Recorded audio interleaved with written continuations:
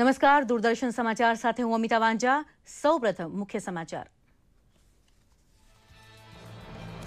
ગૌરક્ષક બની હિંસા આચરતા તત્વો સામે કઠોર પગલાં ભરવાની તાકીદ તમામ રાજ્યને કરે છે પ્રધાનમંત્રી મોદી। સંસદનું સોમવારે શરૂ થતું ચોમાસુ સત્ર સાર્થક બનાવવા યોજાયેલી સર્વપક્ષ બેઠકમાં પ્રધાનમંત્રીએ જીએસટીના અમલમાં સહકાર માટે વિપક્ષનો આભાર માન્યો। રાષ્ટ્રપતિ ચૂંટણી માટેનું મતદાન આવતીકાલે યોજવા માટે સંસદ ભવન તથા તમામ ધારાસભામાં ગોઠવાઈ રહી છે વ્યવસ્થા। શાસક મોરચા એનડીએના ઉમેદવાર રામનાથ કોવિંદ માટે જીતના સંજોગ ઉજળા હોવા છતાં લડત આપશે વિપક્ષના ઉમેદવાર મીરા કુમાર। અનરાધાર વરસાદને પગલે ગુજરાતમાં 9 નાગરિકના મૃત્યુ અને 1500નું સ્થળાંતર થયું હોવાના આંકડા બહાર પાડે છે રૂપાણી સરકાર।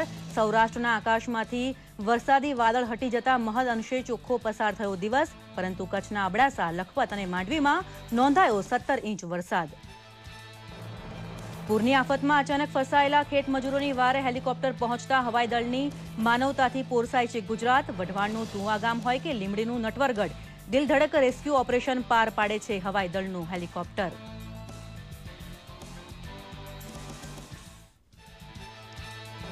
ભોગાવો નદીમાં જવલ્લેજ જોવા મળતું પૂર આવતા સુરેન્દ્રનગર, વઢવાણ અને જોરાવરનગર વચ્ચેના તમામ નાના પુલ ઉપર વાહન વ્યવહાર થયો સદંતર બંધ। અભૂતપૂર્વ વરસાદનું પાણી છેવટે ભાલ પંથકમાં ઠલવાતા સતર્ક બન્યું તંત્ર।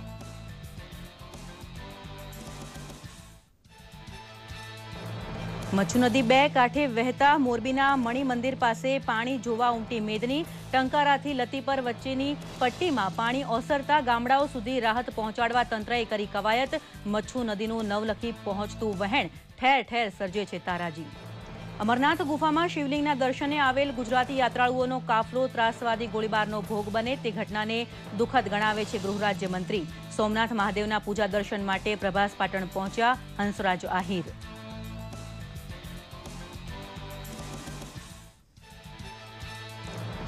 મતદાર યાદી સુધારણા ઝુંબેશનો રાજ્યવ્યાપી પ્રારંભ થતાં નવું કાર્ડ કઢાવવાથી માંડી ભૂલ સુધારણા માટે કેમ્પનો લાભ લેવા પહોંચ્યા જાગૃત નાગરિકો। 31મી જુલાઈ સુધી ચાલનાર ઝુંબેશને સાર્થક બનાવવા મતદાર આલમનો ઉજળો સહકાર માંગે છે રૂપાણી સરકાર।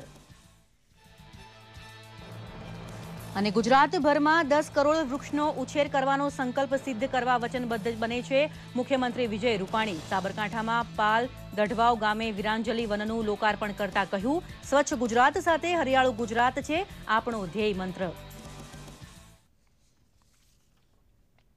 સમાચાર વિગતવાર।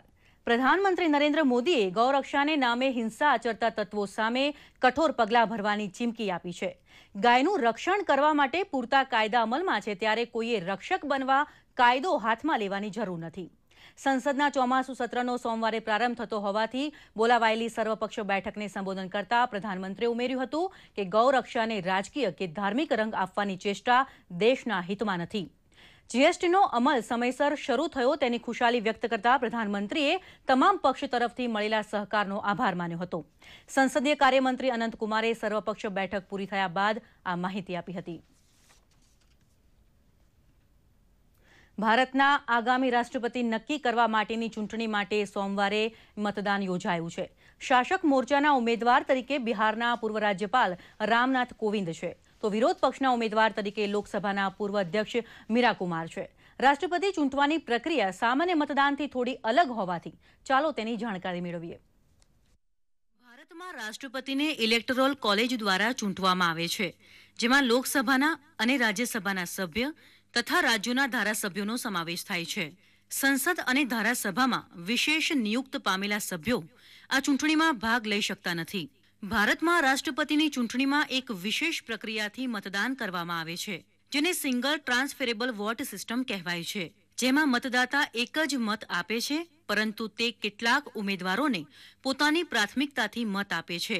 એટલે કે મતદાર બેલેટ પેપર ઉપર એવું દર્શાવે છે કે તેની પ્રથમ પસંદગી કોણ છે અને બીજી અને ત્રીજી પસંદ કોણ છે।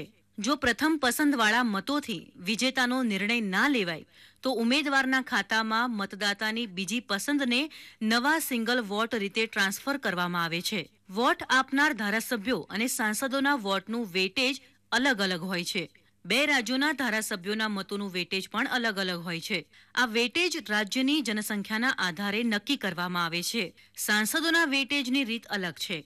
સૌથી પહેલા બધા રાજ્યના વિધાનસભાના ચૂંટાયેલા સભ્યોના મતોનું વેટેજ જોડવામાં આવે છે. આ સામૂહિક વેટેજને લોકસભાના ચૂંટાયેલા સાંસદોને રાજ્યસભાની કુલ સંખ્યાથી ભાગાકાર કરવામાં આવે છે. આ રીતે જે અંક મળે છે તે એક સાંસદના વોટનું વેટેજ હોય છે. જો આ રીતે ભાગવા ઉપર 0.5%થી વધે છે ત્યારે વેટેજમાં 1નો વધારો થાય છે. રાજ્યોના ધારાસભ્યના મતના વેટેજ માટે તે રાજ્યની જનસંખ્યા જોવામાં આવે છે. તેની સાથે જે તે પ્રદેશની વિધાનસભાના સભ્યોની સંખ્યાને પણ ધ્યાનમાં લેવામાં આવે છે. વેટેજ કાઢવા માટે પ્રદેશની જનસંખ્યાને ચૂંટવામાં આવેલા ધારાસભ્યોની સંખ્યાથી ભાગાકાર કરવામાં આવે છે. આ રીતે જે આંકડો મળે છે તેને ફરીથી 1000 સાથે ભાગાકાર કરવામાં આવે છે. તે બાદ જે આંકડો આવે તેને રાજ્યના એક ધારાસભ્યોના વોટનું વેટેજ થાય છે. 1000થી ભાગવા ઉપર શેષ 500થી વધુ હોય તો વેટેજમાં 1 જોડવામાં આવે છે. ભારતમાં રાષ્ટ્રપતિની ચૂંટણીમાં સૌથી વધુ મત મેળવવાથી જીત નક્કી થતી નથી. રાષ્ટ્રપતિ એ જ બને છે જે મતદાતાઓના કુલ વેટેજથી કુલ વેટેજનો અડધો ભાગ મેળવે. એટલે આ ચૂંટણીમાં પહેલાથી નક્કી હોય છે કે જીતનારને કેટલા વોટ જોઈએ. હાલમાં રાષ્ટ્રપતિ ચૂંટણી માટે જે ઇલેક્ટોરલ કોલેજ છે જેના સભ્યોના મતોનું કુલ વેટેજ 10,58,882 છે. જીતવા માટે ઉમેદવારે 5,49,442 મત મેળવવાના રહેશે. જે ઉમેદવાર સૌથી પહેલા આટલા મતો મેળવશે તે રાષ્ટ્રપતિ બનશે. Bureau report, Ahmedabad. અષાઢના અનરાધાર વરસાદે સૌરાષ્ટ્રમાં ઠેર ઠેર જળબંબાકાર ગઈકાલે કરી દીધા બાદ મેઘરાજાએ વિરામ લીધો હોવાના સમાચાર લગભગ બધેથી મળી રહ્યા છે. ભોગાવો અને મચ્છુ નદીને બે કાંઠે વહેતી થાય તેટલો 24 ઇંચ વરસાદ પડી ગયા બાદ ચોટીલાથી માંડી ટંકારા વચ્ચેના પંથકમાં પાણી ઓસરી રહ્યા છે અને આકાશ ચોખ્ખું થઈ તડકો નીકળતા જનજીવન થાળે પડવા લાગ્યું છે.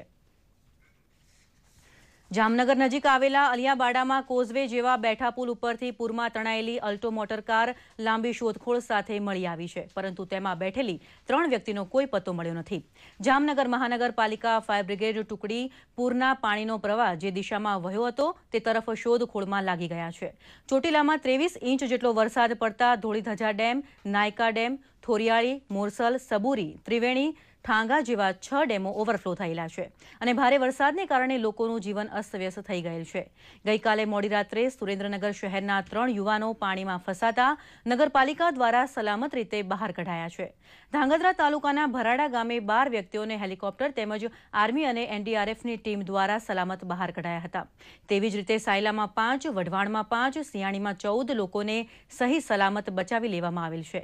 વરસાદને કારણે 800થી વધુ લોકોનું સ્થળાંતર કરવામાં આવેલ છે અને આ વરસાદને કારણે રોડ પણ તૂટી ગયેલ છે, જ્યારે જિલ્લામાં 70થી વધુ પશુઓ પણ તણાયા છે.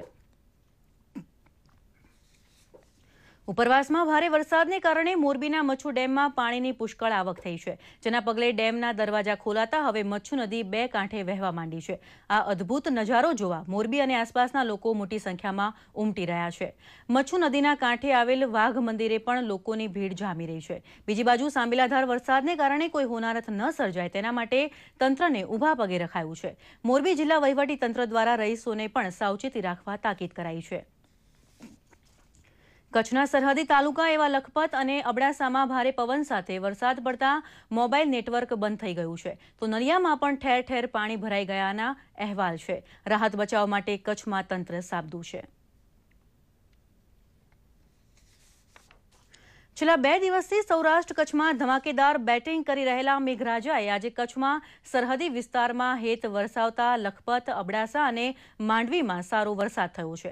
આ વિસ્તારમાં 17 ઇંચ જેટલો વરસાદ નોંધાયો છે. સરહદી વિસ્તારમાં સારો વરસાદ થતાં વિવિધ ગામડાઓમાં પાણી ભરાવાની, ઘરમાં પાણી ઘૂસી જવાની, નાળા અને પુલિયા બેસી જવાની, રોડ તૂટી જવાની, વાહન વ્યવહાર ખોરવાઈ જવાની ફરિયાદો આવી રહી છે. રાજ્યના મહેસૂલ મંત્રી ભૂપેન્દ્રસિંહ ચુડાસમા અને પાણી પુરવઠા મંત્રી બાબુભાઈ બોખીરિયાએ ગાંધીનગર સ્ટેટ ઇમરજન્સી ઓપરેશન સેન્ટરની મુલાકાત લઈને રાજ્યની પરિસ્થિતિની સમીક્ષા કરી હતી. તેઓએ સૌરાષ્ટ્ર કચ્છમાં છેલ્લા 2 દિવસથી પડી રહેલા અતિભારે વરસાદને પગલે ઊભી થયેલી પરિસ્થિતિ અને રાજ્ય વહીવટીતંત્રની કામગીરીની જાત માહિતી મેળવી હતી. રાજ્યમાં અતિવૃષ્ટિની ચેતવણીના પગલે આગોતરું આયોજન કરીને વહીવટીતંત્રએ કરેલી કામગીરીથી મોટું નુકસાન થવા પામ્યું નથી.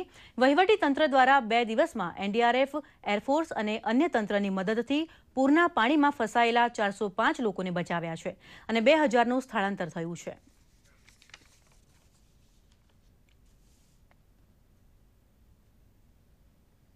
रेस्क्यू के तहत हमने ये 405 लोगों को बचाया है. इतनी बारिश में भी एनडीआरएफ, महसूल, सिंचाई, एग्रीकल्चर, पूरी सरकार लोगों को बचाने के लिए काम में लगी है. इतना अच्छा काम करने से ये भारी नुकसान रुक गया है. कुल 9 लोगों की मृत्यु भी हुई है. अभी तक सबसे ज़्यादा बारिश गिरने वाला जिला वलसाड़ है. वहाँ पर कपराड़ा में 1291 mm बारिश गिरी है. अभी तक गुजरात में 37.41% बारिश हुई है, जो बहुत अच्छी कही जाती है. જમ્મુ કાશ્મીરમાં અમરનાથ યાત્રા સંઘ પર થયેલા આતંકવાદી હુમલામાં ગંભીર રીતે ઘવાયેલા વલસાડના વતની લલીબેન પટેલનું ગઈરાત્રે અવસાન થયું છે, જેના પગલે આ હુમલાનો મૃત્યુઆંક વધીને 8 થયો છે. તેમણે શ્રીનગરની SKIMS ખાતે અંતિમ શ્વાસ લીધા હતા. લલીબેનના અવસાનના સમાચારથી તેમના વતનમાં શોકનું મોજું ફરી વળ્યું છે. તેમના મૃતદેહને શ્રીનગરથી વલસાડ મોકલવાની તજવીજ હાથ ધરવામાં આવી છે. ઉલ્લેખનીય છે કે લલીબેન યાત્રા સંઘ સાથે રસોડાની કામગીરી માટે ગયા હતા. હુમલામાં તેમને પેટમાં ગોળી વાગી હતી. 2 દિવસ અગાઉ લલીબેનને પરિવાર સાથે પણ વાતચીત કરી હતી. જોકે ઈજા ગંભીર હોવાથી સારવાર દરમિયાન તેમનું મૃત્યુ થયું હતું.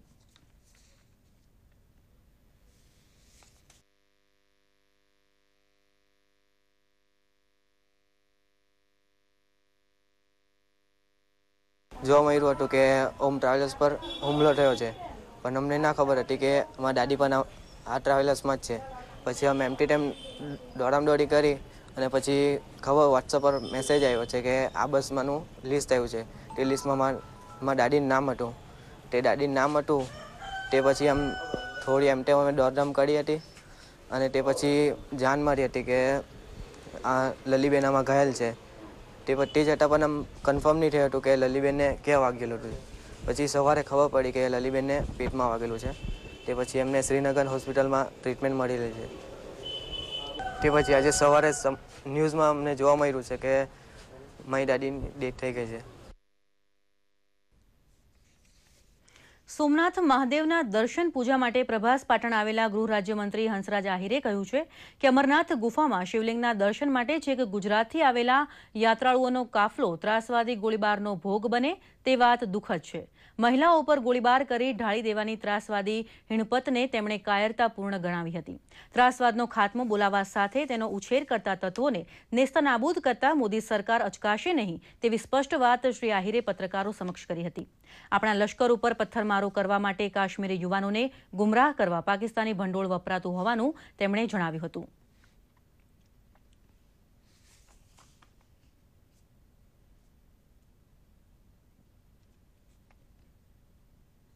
મુખ્યમંત્રી વિજયભાઈ રૂપાણીએ 68મા વન મહોત્સવનો પ્રારંભ કરાવતા કહ્યું હતું કે રાજ્ય સરકાર 10 કરોડ વૃક્ષ વાવવાનો સંકલ્પ સાકાર કરશે. તેમણે પાલ દઢવાવમાં વિરાંજલી વનનું લોકાર્પણ કરીને રાજ્યવ્યાપી વન મહોત્સવનો પ્રારંભ કરાવ્યો હતો. આ પ્રસંગે તેમણે એક બાળ એક ઝાડનો સંકલ્પ પાર પાડવા જનસમૂહને આહવાન કર્યું હતું. ગ્લોબલ વોર્મિંગ અને ક્લાઇમેટ ચેન્જના પડકારને પહોંચી વળવા રાજ્ય સરકારે જનજાગૃતિ જગાવી છે. સરકારી કચેરીઓમાં સૌર ઉર્જાનો ઉપયોગ વ્યાપક બનાવવાની દિશામાં રાજ્ય સરકાર આગળ વધી રહી છે. વનમંત્રી ગણપતભાઈ વસાવાએ જણાવ્યું હતું કે 13 લાખ એકર જમીન આદિજાતિ સમાજના વિકાસ માટે રાજ્ય સરકારે આપીને સમાજના સર્વાંગી વિકાસ માટે કટિબદ્ધતા દર્શાવી છે. મુખ્યમંત્રીએ આઝાદી સંગ્રામમાં વીરગીત પામનાર વનવાસી શહીદોની સ્મૃતિમાં બનાવોના શહાદતની મુલાકાત લઈ શ્રદ્ધાંજલિ આપી હતી તેમજ 1 કરોડ 41 લાખના ખર્ચે તૈયાર થયેલા પીએચસી સબસેન્ટર સહિત 2 પીએચસી અને 10 સબસેન્ટરનું લોકાર્પણ કર્યું હતું તેમજ વન્ય અધિકાર પત્રો, ચેક વિતરણ અને સનદ વિતરણ કરવામાં આવ્યું હતું.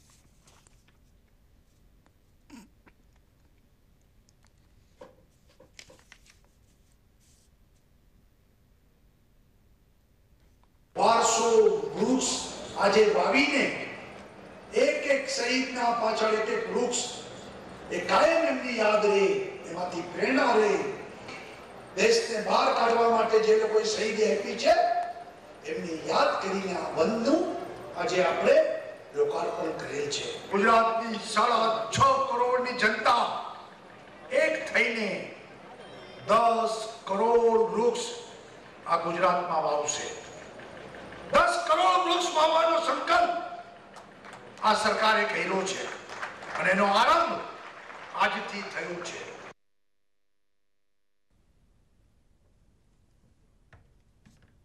સોમનાથ મહાદેવના દર્શન પૂજા માટે પ્રભાસ પાટણ આવેલા ગૃહ રાજ્યમંત્રી હંસરાજ આહિરે કહ્યું છે કે અમરનાથ ગુફામાં શિવલિંગના દર્શન માટે છેક ગુજરાતથી આવેલા યાત્રાળુઓનો કાફલો ત્રાસવાદી ગોળીબારનો ભોગ બને તે વાત દુઃખદ છે. મહિલાઓ ઉપર ગોળીબાર કરી તેમને ઢાળી દેવાની ત્રાસવાદી હિણપતને તેમણે કાયરતાપૂર્ણ ગણાવી હતી.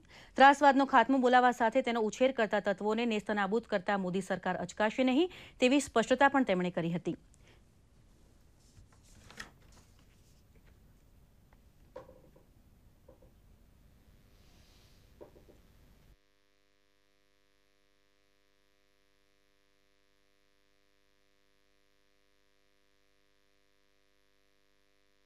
जिस साहस के साथ में हमारे जवान मिलिट्री के हो, आर्मी के हो या हमारे पैरामिलिट्री फोर्सेस के हो या वहाँ की स्थानिक पुलिस रही, सभी ने ताकत से इस आतंक का विरोध किया है और कई आतंकियों को ढेर कर दिया गया है. अभी कोई बचेगा नहीं आतंकी, न आतंक बचेगा. दोनों समाप्त करने का निश्चय है. प्रधानमंत्री जी के, मोदी जी के नेतृत्व में देश में एक भय रहित समाज, भय मुक्त समाज, जैसे भ्रष्टाचार मुक्त समाज देश बना है वैसा भय मुक्त देश बनेगा. રાજ્યમાં મતદાર યાદી સુધારણા કાર્યક્રમ ચાલી રહ્યો છે જે 31મી જુલાઈ 2017 સુધી ચાલશે. અરવલ્લી જિલ્લામાં પણ મતદાર યાદી સુધારણા ઝુંબેશ શરૂ થઈ છે. ચૂંટણી કાર્ડમાં કોઈ પણ ભૂલ હોય જેમ કે નામ રદ કરવું હોય, અન્ય વિગતો સુધારવી હોય, જૂનું ચૂંટણી કાર્ડની જગ્યાએ નવું કલર ફોટોગ્રાફવાળું ચૂંટણી કાર્ડ કઢાવવા જેવી બાબતોનો તેમજ એક વિધાનસભા વિસ્તારથી બીજામાં નામ બદલવું જેવી બાબતોમાં મતદાર યાદી સુધારણા કાર્યક્રમમાં સમાવેશ થાય છે. જે માટે કલેક્ટર કચેરી, મતદાર નોંધણી અધિકારી, ગ્રામ પંચાયતની કચેરી, મ્યુનિસિપલ કોર્પોરેશનની કચેરીમાં જઈ રૂબરૂ ચકાસણી કરી શકાશે. શાળા કોલેજના સમયમાં મતદાર બનેલા માટે આ ખાસ અવસર છે. ચૂંટણી પંચની સૂચના અનુસાર 1 જુલાઈ 2017થી સમગ્ર ગુજરાતની અંદર મતદાર યાદીની ખાસ સંક્ષિપ્ત સુધારણા કાર્યક્રમ અમલમાં આવી રહ્યો છે. જે અંતર્ગત બીએલઓ તમામ જગ્યાએ બૂથ ઉપર બેસશે અને મતદાર યાદી નવા મતદારોની નામ નોંધણી, નામ કમી, નામમાં સુધારા વધારા, એડ્રેસમાં સુધારા વધારા જેવી કામગીરી કરવામાં આવેલ છે. યાદી ખાસ સંક્ષિપ્ત સુધારણા અન્વયે આપ શ્રી આપનું નામ મતદાર યાદીમાં છે કે નહીં તે તેમજ નામમાં સુધારા વધારા કે એડ્રેસમાં સુધારા વધારા કરવા માટે આજ રોજના રવિવારના રોજ તેમજ આવનાર 23 તારીખના રવિવારના રોજ આ કાર્યક્રમ ચાલી રહ્યો છે. બોટાદ નજીક સાળંગપુર ખાતે ગુજરાત યુથ કોંગ્રેસની યુવા દ્રષ્ટિ શિબિર યોજાઈ હતી. આગામી વિધાનસભાની ચૂંટણી નજીક આવી રહી છે ત્યારે રાજકીય પક્ષો પોતાના સંગઠનો મજબૂત બનાવવા કમર કસી રહ્યા છે. 3 દિવસ ચાલનાર શિબિરને દીપ પ્રગટાવી રાષ્ટ્રીય યુથ કોંગ્રેસના પ્રમુખ રાજા અમરિંદરસિંહે ખુલ્લી મૂકી હતી. આ શિબિરમાં ગુજરાતના તમામ પ્રદેશના હોદ્દેદારો, તમામ જિલ્લા પ્રમુખો, ઉપપ્રમુખ અને 182 વિધાનસભાના પ્રમુખો હાજર રહ્યા હતા. આ શિબિરમાં અમરિંદરસિંહે જણાવ્યું હતું કે આગામી ચૂંટણીમાં યુવાનો અને નવા ચહેરાને મેદાનમાં ઉતારાશે.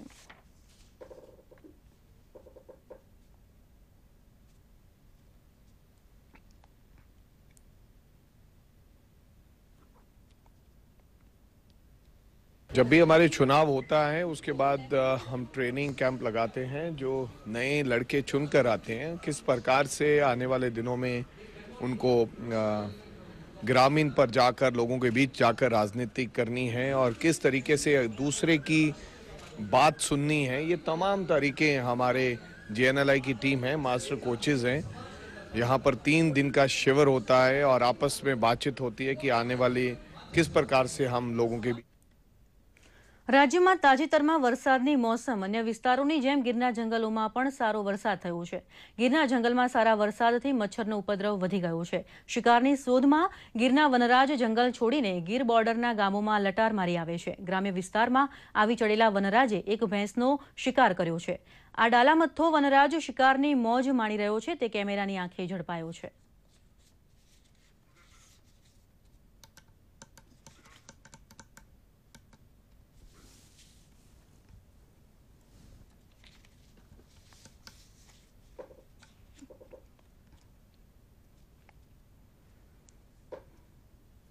અને હવે જોઈએ રાજ્યના કેટલાક સમાચાર સંક્ષિપ્તમાં.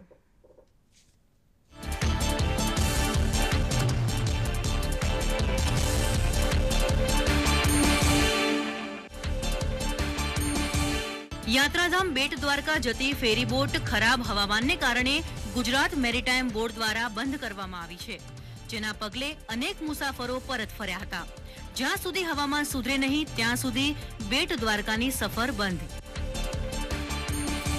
રાજપીપળા ખાતે વન અને આદિજાતિ વિકાસ રાજ્યમંત્રી શબ્દ શરણભાઈ તડવીએ લાભાર્થી ખેડૂતોને 2825 ખેડૂતોને ખાતર બિયારણ કીટનું વિતરણ કર્યું હતું.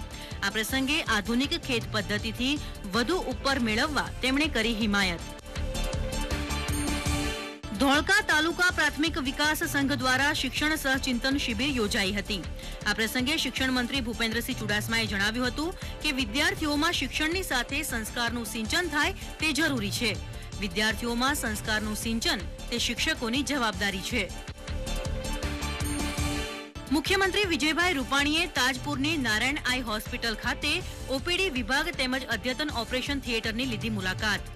નારાયણ બાપુના સમાધિ સ્થળના દર્શન કરી તેમના સદકાર્યોને યાદ કર્યા હતા. સમગ્ર રાજ્યમાં મેઘરાજા કૃપા વરસાવી રહ્યા છે ત્યારે દ્વારકાના દરિયામાં ભારે પવનનો કરંટ જોવા મળ્યો હતો. દ્વારકાના જગત મંદિરમાં દરરોજ 5 ધ્વજારોહણ કરવામાં આવે છે, પરંતુ ખરાબ હવામાનને પગલે ભગવાન દ્વારકાધીશ મંદિરની ધજાને અડધી કાઠીએ લહેરાવવાની ફરજ પડી હતી. અમરનાથ યાત્રાળુઓ ઉપર થયેલા ત્રાસવાદી હુમલાના વિરોધમાં વલસાડના ધરમપુર ખાતે મુસ્લિમ સમુદાય યોજી વિશાળ રેલી. રેલીમાં હિન્દુસ્તાન જિંદાબાદ, વંદે માતરમ અને આતંકવાદ મુર્દાબાદના નારા સાથે ઉગ્રવાદી પ્રવૃત્તિને વખોડી કાઢવામાં આવી હતી. રાજસ્થાનની ખેતેશ્વર કોઓપરેટિવ ક્રેડિટ સોસાયટીએ ગુજરાતમાં વિવિધ જગ્યાએ કૌભાંડો કરી શાળાઓ બંધ કરતા બનાસકાંઠા પોલીસે અંબાજીમાં દરોડો પાડી કોમ્પ્યુટર, દસ્તાવેજો તેમજ રોકડા 47,000 કબજે કરીને ધોરણસરની કાર્યવાહી કરી છે.